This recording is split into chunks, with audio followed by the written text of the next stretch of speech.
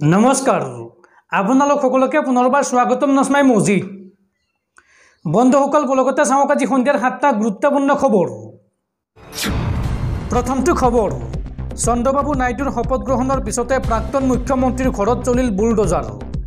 শাসনৰ অপব্যৱহাৰৰ পৰিণাম ভুগিব লগা হৈছে অন্ধ্ৰপ্ৰদেশৰ প্ৰাক্তন মুখ্যমন্ত্ৰী জগনমোহন ৰেড্ডীয়ে। চন্দ্ৰবাবু নাইডুৰ শপত গ্ৰহণৰ পিছতেই প্ৰাক্তন মুখ্যমন্ত্ৰীৰ ঘৰত চলিল বুলডোজাৰ। বিপদ ঘণ্টা বাজিছে অন্ধ্ৰপ্ৰদেশৰ প্ৰাক্তন মুখ্যমন্ত্ৰী জগনমোহন ৰেড্ডীৰ। মাত্ৰ 11 দিন পূৰ্বে গাদীচ্যুত হৈছিল জগনমোহন ৰেড্ডী। শাসনত থকাৰ সময়ত ৰেড্ডীয়ে গঢ়িছিল অবৈধ সাম্ৰাজ্য। শাসনৰ অপব্যৱহাৰৰ পৰিণাম ভুগিব লগা হৈছে জগনমোহন ৰেড্ডীয়ে। অবৈধভাৱে ৰাজপথ দখল কৰি নিৰ্মাণ কৰিছিল বিলাসী বাসগৃহ আৰু স্থানীয় লোকক অসুবিধাত পেলাই চলাইছিল অবৈধ নিৰ্মাণ কাৰ্য। গ্ৰেটাৰ হায়দৰাবাদ পৌৰ নিগমে প্ৰাক্তন মুখ্যমন্ত্ৰীগৰাকীৰ ঘৰত চলালে বুলডোজাৰ আৰু এই খবৰে এতিয়া সমগ্ৰ দেশজুৰি আলোড়নৰ সৃষ্টি কৰিছে। পৰৱৰ্তী খবৰ, সাৱধান ৰাজ্যবাসী, আগন্তুক 4 দিনলৈ ৰাজ্যত হ'ব মুখলধাৰ বৰষুণ।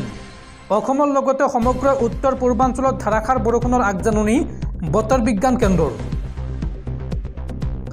ৰাজ্যত অব্যাহত আছে মুখলধাৰ বৰষুণ আৰু যিকোনো মুহূৰ্তত পৰিস্থিতি অধিক অৱনতি ঘটাৰ আশংকা প্ৰকাশ কৰিছে বতৰ বিজ্ঞান কেন্দ্ৰই। আগন্তুক 4টা দিনত ৰাজ্যত হ'ব প্ৰচণ্ড বৰষুণ। সাগৰ পৃষ্ঠত উৎপত্তি হোৱা ধুমুহাৰ বাবে ৰাজ্যত হ'ব প্ৰচণ্ড ধুমুহা বৰষুণ।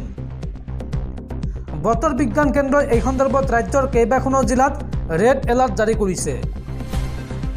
অসমৰ কোন কোন জিলাত ৰেড এলাৰ্ট জাৰি কৰিছে চাওঁ আহক। ধুবুৰী, বঙাইগাঁও, বৰপেটা, মৰিগাঁও, নগাঁও আৰু কাৰ্বি আংলঙত জাৰি কৰা হৈছে ৰেড এলাৰ্ট। লগতে কোকৰাঝাৰ, চিৰাং, গোৱালপাৰা, বাক্সা, নলবাৰী আৰু তামোলপুৰত জাৰি কৰা হৈছে অৰেঞ্জ এলাৰ্ট। আৰু তিনিচুকীয়া আৰু হাইলাকান্দি জিলাক বাদ দি ৰাজ্যৰ আন জিলাসমূহত জাৰি কৰা হৈছে য়েল্লো এলাৰ্ট। এই সময়ছোৱাত বৰষুণৰ লগতে ধুমুহা বজ্ৰপাতৰ আশংকা প্ৰকাশ কৰা হৈছে আৰু অসমৰ লগতে সমগ্ৰ উত্তৰ পূৰ্বাঞ্চলৰ আন ৰাজ্যসমূহতো হ'ব প্ৰচণ্ড ধুমুহা বৰষুণ। এই কথা জনাইছে ভাৰতীয় বতৰ বিজ্ঞান কেন্দ্ৰই।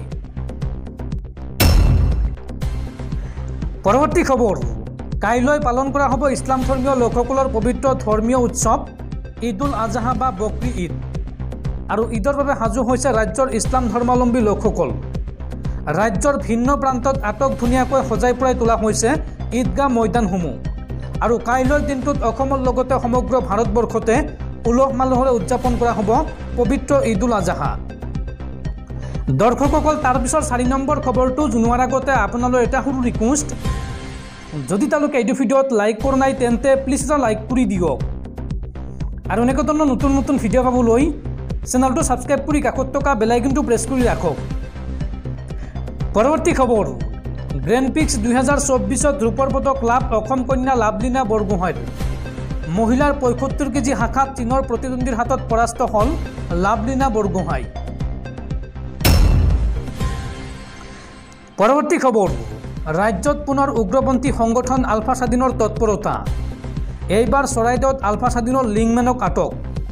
অসম ৰাইফলছে আটক কৰে এইগৰাকী মহম্মদ চাহাবুদ্দিন নামৰ আলফাৰ লিংমেনক। আলফা স্বাধীনৰ হৈ কাম কৰাৰ সন্দেহত আটক কৰা হৈছে চাহাবুদ্দিনক। পৰৱৰ্তী খবৰ, কেন্দ্ৰীয় চৰকাৰে ল'ব পাৰে এক বৃহৎ সিদ্ধান্ত আৰু এই সন্দৰ্ভত দেশজুৰি উৎকণ্ঠা।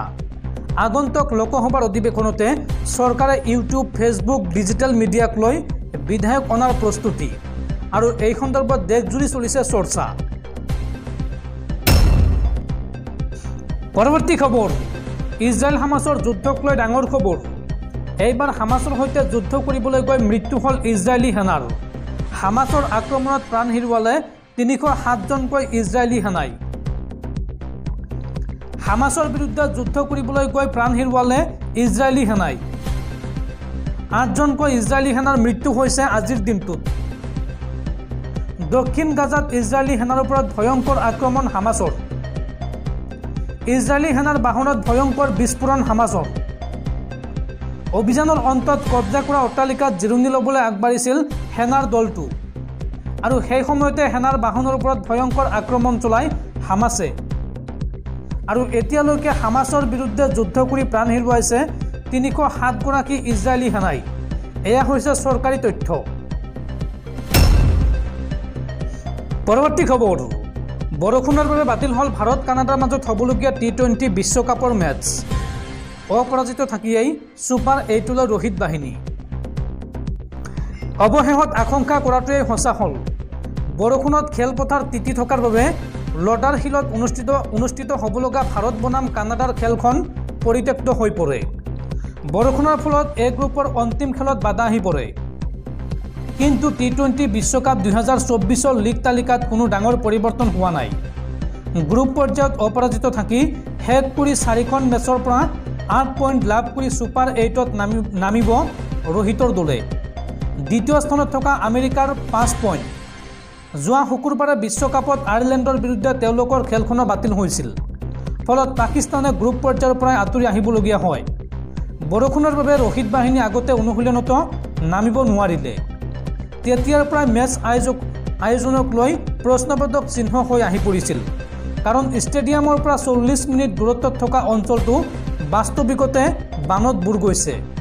তদুপৰি লডাৰ হিলৰ নিষ্কাশন ব্যৱস্থাটো একেবাৰে উন্নত নহয়, যিটো আমেৰিকাৰ মেচৰ ক্ষেত্ৰত দেখা গৈছে। 2 ঘণ্টামান আগতে বৰষুণ বন্ধ হ'লেও খেলপথাৰৰ পৰা পানী আঁতৰাব পৰা নাছিল। দেওবাৰেও একেই ঘটনা। ৰোহিত আৰু বিৰাটৰ দলৰ ক্ৰিকেটাৰসকলৰ মুখবোৰ মাজে মাজে দেখা গৈছিল। অৱশ্যে উদ্বেগৰ কাৰণ নাছিল। বাহিৰৰ আকাশৰ ক'লা ডাৱৰ টিম ইণ্ডিয়াৰ ড্ৰেছিং ৰুমত সোমাব পৰা নাছিল। তেওঁলোকে সহজে আয়াৰলেণ্ড আৰু আমেৰিকাক পৰাস্ত কৰিছে। পাকিস্তানৰ বিৰুদ্ধে সঠিক সময়ত উজলি উঠিছিল বলাৰসকল। বৰষুণ অৱশ্যে ধাৰাসাৰ দি থকা নাছিল, কিন্তু আউটফিল্ডখন তিতি গৈছিল। ভাৰতীয় সময় অনুসৰি নিশা 8 বজাত মেচৰ কৰ্মকৰ্তাসকলে পৰিদৰ্শন কৰে আৰু ৰাতি 9 বজাত পুনৰ পৰীক্ষা কৰা হয়। 4টা ব্লোৱাৰেৰে খেলপথাৰখন শুকুৱাৰ চেষ্টা কৰা হৈছিল, কিন্তু সকলো প্ৰচেষ্টা বিফল হ'ল। খেলখনৰ আনুষ্ঠানিক বাতিল ঘোষণা কৰাৰ পাছতে বিৰাট ৰোহিতে খেলপথাৰলৈ নামি আহি কানাডাৰ ক্ৰিকেটাৰসকলৰ সৈতে হাত মিলাইছিল।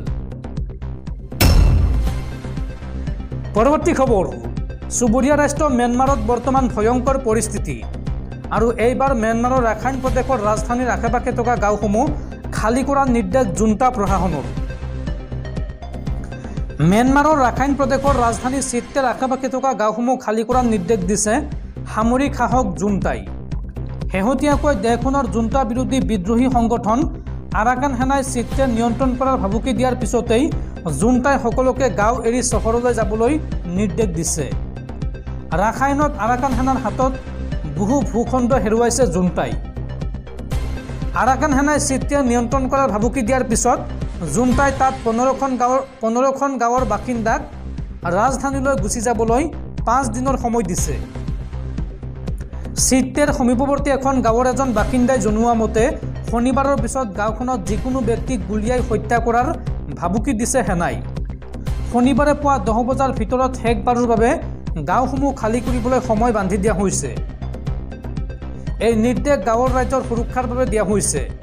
এই গাঁওসমূহত 3500ৰো অধিক লোকে বাস কৰে। অৱশ্যে এই লোকসকলৰ বাবে কোনো ধৰণৰ থকাৰ ব্যৱস্থা কৰা হোৱা নাই।